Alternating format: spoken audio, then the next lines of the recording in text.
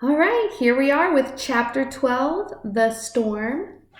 Rose felt safe up on the mountaintop, so she spent the next few days and nights perched on the peak.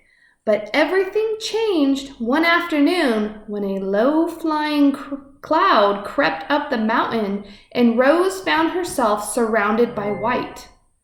When the world faded back into view, she noticed more clouds floating south past the island. And then she heard a deep rumble behind her. The robot turned her head around and saw that the sky was filled with a swirling wall of darkness. Light flickered here and there, and more deep rumbles. A storm was approaching, and it wasn't just any storm. It was as fierce as the one that had sent the cargo ship to the ocean floor. The wind picked up, and the first drops of rain tapped against the robot. It was time to go. Rose unclamped her hands and began sliding down the peak. That looks like a scary storm. Hot sparks flew from where her body scraped against the leaning slab of stone.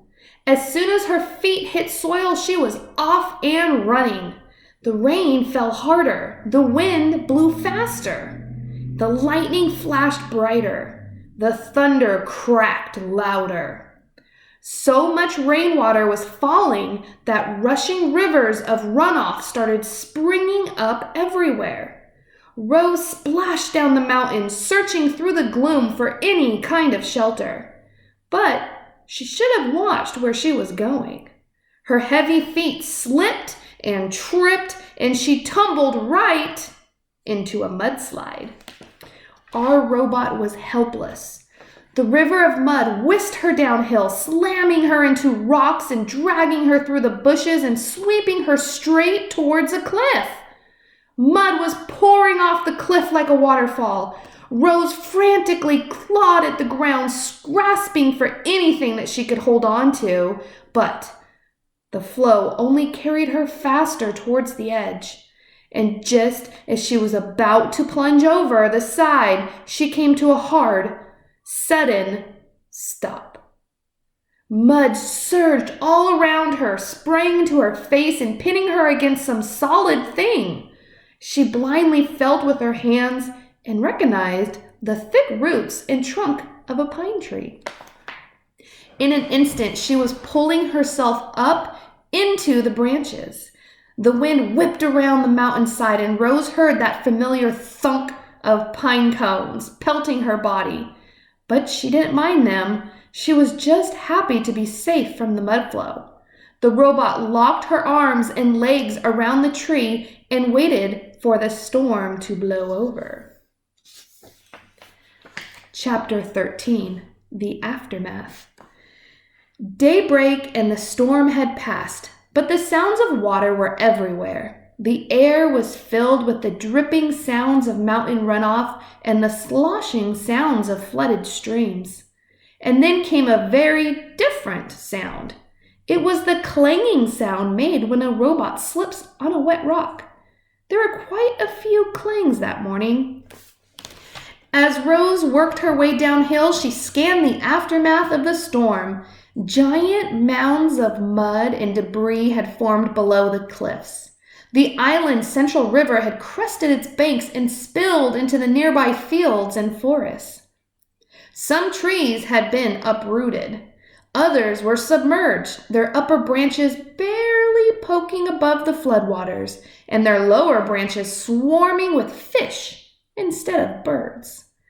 After such a storm, you might expect to see animal corpses scattered among all the devastation, but the animals seemed to have survived just fine.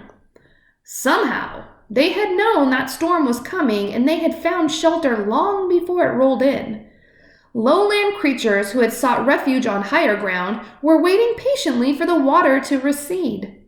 Deer were wading through the flooded fields. Beavers were busily collecting a trove of fallen branches. Geese honked in the sky before splashing down into a watery section of the forest. Clearly, the animals were experts at survival. Clearly, the robot was not. Rose was crusted with mud and grit, so she gave herself another good cleaning, but that only revealed her dents and her scratches. They were really starting to add up. She hardly resembled the perfect robot who had appeared on shore just a week earlier. The wilderness was taking a toll on poor Rose, so she felt something like relief when she spotted the quiet hole in the side of a mountain. It looked like a safe place for a robot. She stomped across the hillside and up to the cave, but never stopped to wonder what might be lurking within. Chapter 14. The Bears. Rose stomped into the cave, and then she stomped right back out. "Please, stay away," said the robot to the two bears who were now nipping at her heels. You see, when Rose was stomping into the cave, she accidentally woke up a brother and sister bear from their morning nap, which is never a good idea. And to make matters worse, bears have an instinct that drives them to attack when a creature runs away, especially if the creature running away is a mysterious, sparkling monster. So, as the startled bears watched Rose stomping out of their cave, they really had no choice at all. They simply had to take chase. Rose tried her best to outrun the bears. She leaped over rocks and wove through trees and stomped across the mountainside at full speed. But the bears were young and strong and fast, and the robot still had so much to learn about moving through the wilderness. She never even saw that tree root. One moment she was stomping along, and the next moment she was flying through the air and thumping down onto a rotten log. Clumps of soft wood stuck to her side as she stood and faced her attackers. Wouldn't you be afraid if two bears were charging towards you? I know I would be. Of course you would. Everyone would. Even the robot felt something like fear. Rose was programmed to take care of herself. She was also programmed to stay alive. And as the robot watched those bears charging towards her, she knew her life was in serious danger.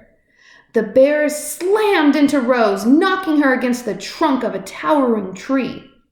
Then one bear dove at her legs, and the other clawed at her chest.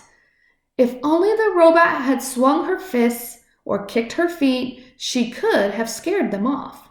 One good bop on the nose would have sent them running. But the robot's programming would not allow her to be violent. Clearly, Rose was not designed to fight bears. Powerful jaws chomped at her arms. Sharp claws slashed her face.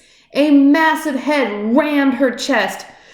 "Please stay away," said the robot. "Roar," said the sister bear. "Roar," said the brother bear. And then the bears went in for the kill. But the robot had vanished. Where do you think that Rose the robot went? And how do you think she escaped the bears by vanishing? Let me know. And I can't wait to read you guys the rest of these chapters. All right, have a great night. Bye.